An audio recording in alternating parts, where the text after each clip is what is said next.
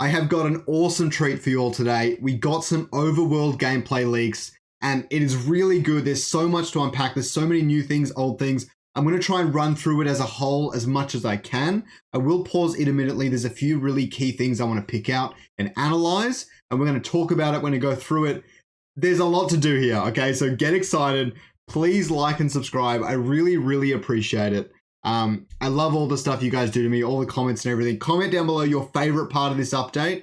When we finish the video, I'll remind you at the end. Let's jump into it. Black screen. Oh, that's creepy.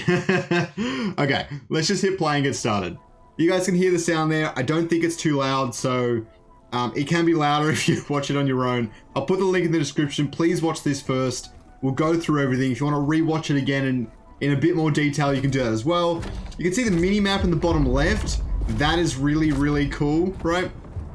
You can see the little energy gauge at the bottom. When they're jumping and using their actions and things, the energy gauge runs out, so you can't just infinitely jump in the air and stuff like that. In the bottom right, you have the little thumbnail now thing, but that's your energy and stuff. Again, those are obviously all placeholder numbers. Oh, my screen's in the way. Those are all placeholder numbers. I'll go back just quickly for all of you guys that missed that. They're currently like 999, 999,000 and stuff like that. They're all placeholders. This is the obelisk. Now that is really, really important. I'm going to talk as if many of you haven't seen these, like how the overworld works and stuff like that yet, because it's quite important. But I'll do a really basic rundown, but just for those of you that aren't aware yet, basically the obelisk is where you're going to spawn at. So in Sanctum Mesa, which is where he is right now, you can see it at the top here, little icon of where he is. You can go to Sanctum Mesa at the obelisk, use that and teleport to a different obelisk. And there's currently one in each region. I believe there was supposed to be maybe a handful in each region, like 3. I can't remember. I might be misremembering that. Maybe you select that later. Maybe I'm just off my knocker here. All right. So yeah, so you teleport to the obelisk and they're kind of like your waypoints between the regions. What's really interesting, I remembered them saying 3 regions would be ready at launch. I don't know if this has changed. I know that Halcyon Sea and Abyssal Basin definitely won't be at launch, but we could be looking at 5. Or at the very least 3 on launch and 2 shortly after that, which will actually allow them to add extra alluvials in as well. So it's great that we've got all the maps really happening. I like how it is the same map as the Illuvium 0. I know that's the intent, but it's really neat to see. This interesting here, I definitely have to point this bit out. When he pauses here, and there's nothing behind my camera at the moment, so don't worry about that. When he pauses here, you can see that percentage explored, and it says that on the map as well. You can see below Shard Bluff, you've got 0%. This percentage explored thing is really, really cool. What I assume is it either shows how much of the map you've seen, which I don't see why it would, but what I would guess is it shows how many of the alluvials you've captured and things like that, or how many of the alluvials you've actually encountered might be a better representation. So that's really interesting to see. We've never seen that before. Hope you guys like the video. Don't forget to like, please. It's got the neat loading screen, little text and stuff. That's where you know it's pure polish. Down in the bottom right is the same stuff as before, so I'm just going to leave my camera on for now. I like being able to talk to the screen. You teleport at the obelisk. They've got some serious scale. This entire map does. That's a really big deal for the Illuvium team. This black and white thing, I actually just think that's a bug. I haven't double checked with anyone. I haven't asked anyone, but I think it's a bug. So he's looking at the map now. This is some really, really interesting stuff. It looks great. He's looking at the heat map. Now, I do want to briefly touch on this. Grant actually said in the Discord, the heat map is actually supposed to, how do I put this? Supposed to kind of discuss density, if I were to say like alluvial density. So for example, if you're in Pokemon, in cities, there's no Pokemon, but in the routes, there's lots of Pokemon, and there's more Pokemon in other routes than others, like forests and things like that. So in this case, it's just kind of showing you the density of where all the action is. So the further out from the heat map you're going to go is the less you're going to find. But there might still be some secrets and hidden things there as well. But it's going to be a little bit more, you're going to be having to adventure even further to find what you're after. And he also said this is a huge work in progress. So definitely take this entire thing with a grain of salt. It also has little markers and things. I think they're markers that you put down custom, but that's a guess. You can see alluvials inventory and everything at the top there. Yeah, this is wild. The map looks beautiful too. I personally did, when I first saw this, I thought that area at the very start of this region, Crimson Wastes, looked a little bit bare, but I stand corrected. I think it's just the Obelisk zone has to be kind of a wide open space, especially in multiplayer. It's going to be a hub, which is not coming with the launch, but that is their intention. So definitely keep that in mind. But this thing is so action-packed. The scale is insane. Oh, I just figured out what that black and white thing is. It looks like you can scan through it to find resources. Must be a button you can click. You can see that the little resources down there in the bottom left-hand corner and the ones on the top right. So we can see through walls and things to find what he's after. I hope this doesn't ruin some of the parkour stuff, like being able to see a really cool resource up in the corner, but we'll see how it goes. I think this is interesting. It must be a key he hits. Let's see if it drops his energy. Yeah, so the longer he holds it, the longer his energy down the bottom actually declines, the faster it declines. So you can only hold it for a certain amount of time. A bit hard to get a 360 view. The energy regenerates really quickly, like the stamina at the bottom. So I don't know how exactly this is going to play out. It seems a bit too easy to get your stamina back, but I'm sure there's some reason for it in particular, so that's for sure. The closest thing that reminds me of is like the Witcher sensors and stuff, where you can see through walls, see enemies and things like that, and it kind of goes black and white. I don't know if they'll stick with black and white through to the end, but they might. You can see he ran out of jumping power, he couldn't keep doing it anymore. But I like the idea of lots of things costing you that stamina at the bottom. You can't just use your whole bag of tricks. Now this is something I'd been wanting to see for a long time. The harvesting, the effects and all the rest of it, it looks phenomenal. It looks perfect. Seriously perfect. I couldn't have asked for it better. This is AAA right here. This is what you're after, okay? I like how it takes a little bit of time and the plants actually change the way they look after it happens, and you get the items in your inventory. Now, those items, let's backtrack just slightly. In this case, we've got a wallpaper. Oh, my face is in front of it. I'm very sorry. All right. We've got a wallpaper, tier 1, and a vitality essence, tier 1. No idea what they're about, but I will say something here, okay? I'm going to keep playing it. I will say something. If there's a lot of different items you can collect and craft and stuff like that, it is going to attract true gamers. It's going to attract the people you want playing this game. And it will give you so much more of a sense of, I'm spending $10 to travel to this region, but I'm spending several hours there getting a lot of different resources, not just alluvials. And it's going to make it just that much more immersive, that much more deep. This is the right step. I think make a proper game and then add NFTs and costs and stuff to it if you need to. I think this could follow the subscription model.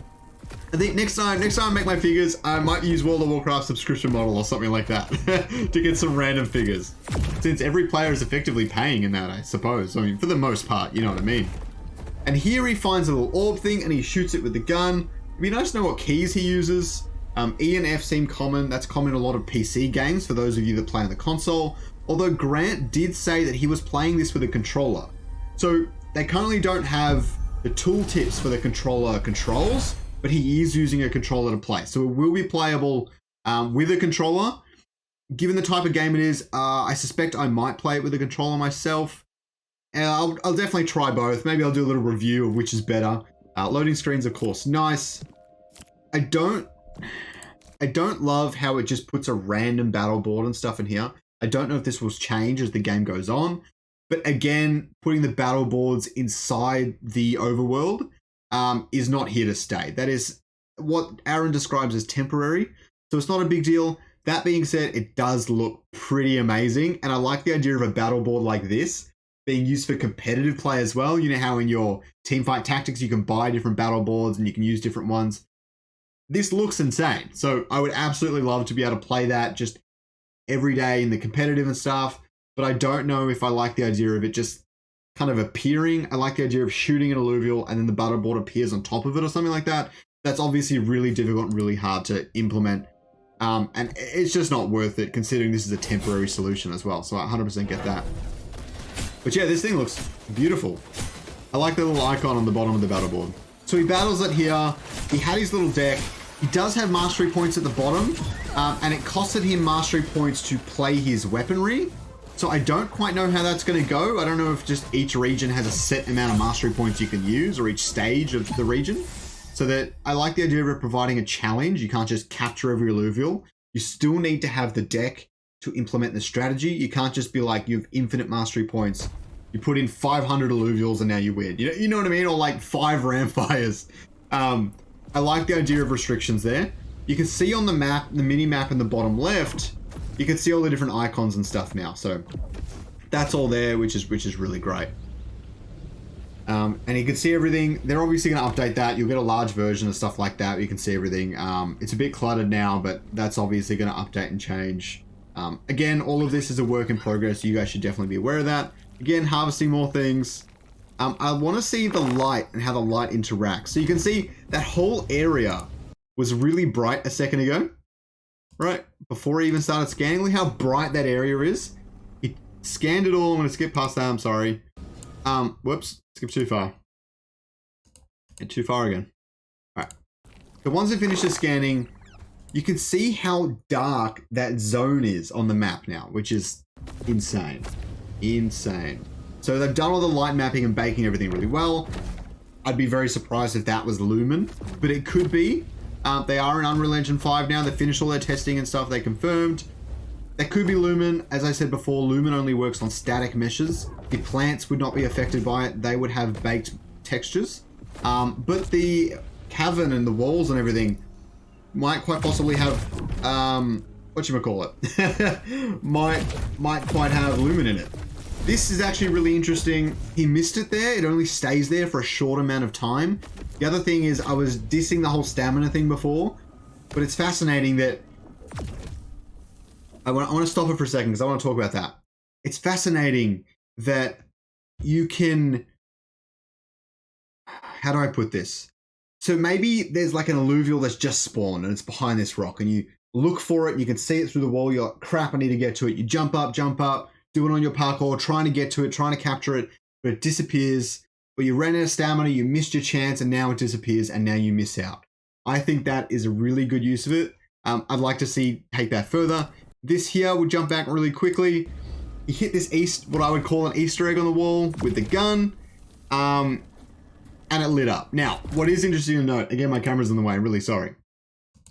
What is interesting to note, if every time he fires the gun, and this is not confirmed as what I'm about to say, but every time he fires the gun, you can see in the bottom right that the energy has been decreasing. In the bottom right, the light blue energy bar, that has been decreasing. So you seem to only get a certain amount of shots and so on and so forth, scans, etc., until you have to go back to base and travel once again.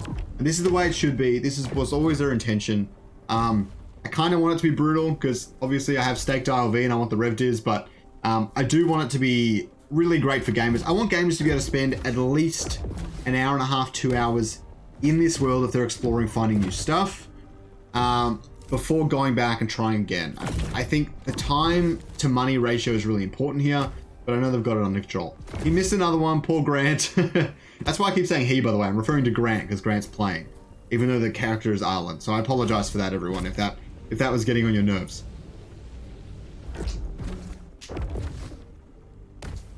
You can see another alluvial in the distance. They actually look pretty cool. Like, I know it's kind of a bummer we're not seeing the alluvials running around in the overworld yet. But seriously, it looks really good. It looks really obvious. I like the way that they move around, so you have to actually aim and shoot them and stuff like that. Also, this here says fire encounter. So you just hold R to fight, hold E to scan. If you scan it, I think he does scan it here. I can't remember what happens. Takes a little while to scan. Not sure why. Just does. Maybe that they had a loading screen sometimes. Yeah, you can see exactly what's in the fight. 2 atlases and a Tatterby. I like the idea of doubling up on some alluvials. It makes sense to me. I can't remember if synergies and things are shown in this battle. It is, yeah. You can see them on the right. You can see yours on the left. It's all as per normal, kind of like survival mode, which has augments and things coming to it, by the way. I think this is a good example. I thought augments appeared at one point. Maybe it was just a weird screenshot. But yeah, again, a lot of these numbers are placeholders. Don't think about them. But God, this battle ball looks incredible. Yeah. So this gives me vibes of like a Pokemon instance. You find a Pokemon in a Viridian Forest, and you've got your standard Viridian Forest backdrop.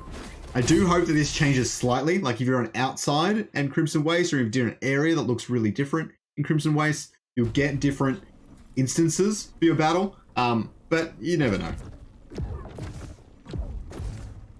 It does look incredible. It's got a lot of work in it. Another one where you can shoot the wall. It's got the Tatterpy line. Quite cute.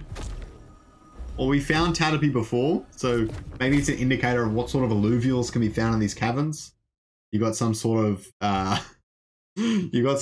people that have left behind cave paintings for you and stuff like that. Okay, so I hope you guys enjoyed the video. I hope you got a lot out of it. It was a really awesome leak. I hope I was able to give you guys some cool insights. Yeah, it is wild stuff. It's come a long way. I'm very excited to see it continue to progress into the future. There is so much to be excited for with Illuvium. Have a good day, everyone.